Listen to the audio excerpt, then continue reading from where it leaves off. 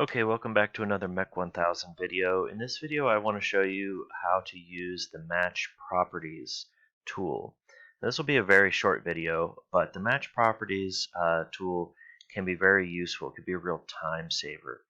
So this is the same drawing I was using to show you how to place text and create different text styles.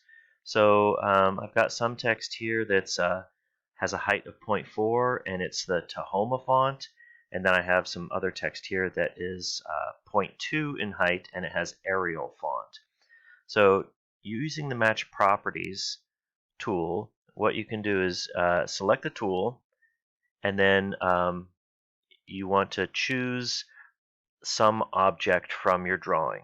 So if I were to click on this, it's like dipping your paintbrush in a can of paint. So you're getting that style, those properties onto your paintbrush, and then everything else that you touch after that with your paintbrush will match this first item. So I clicked on this first. It's Tahoma with a 0.4 font. So if I change, if I click on this text, it's going to change it from Arial 0.2 to Tahoma 0.4. And I can do that with this other text as well.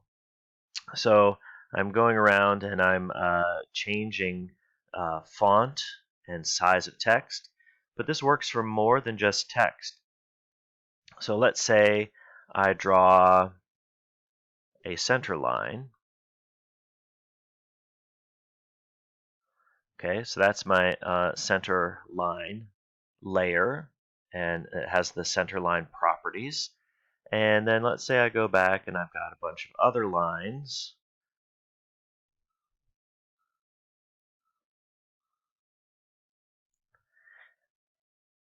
Or at least a couple other lines. There we go. All right, and let's say I wanted these to be on the center line layer. One way I could do that is by selecting Match Properties. I pick my line that is on the center line layer, and then I can go around and everything else I touch after that will get turned on to that layer. I can make that on that layer, I can make that, and so on.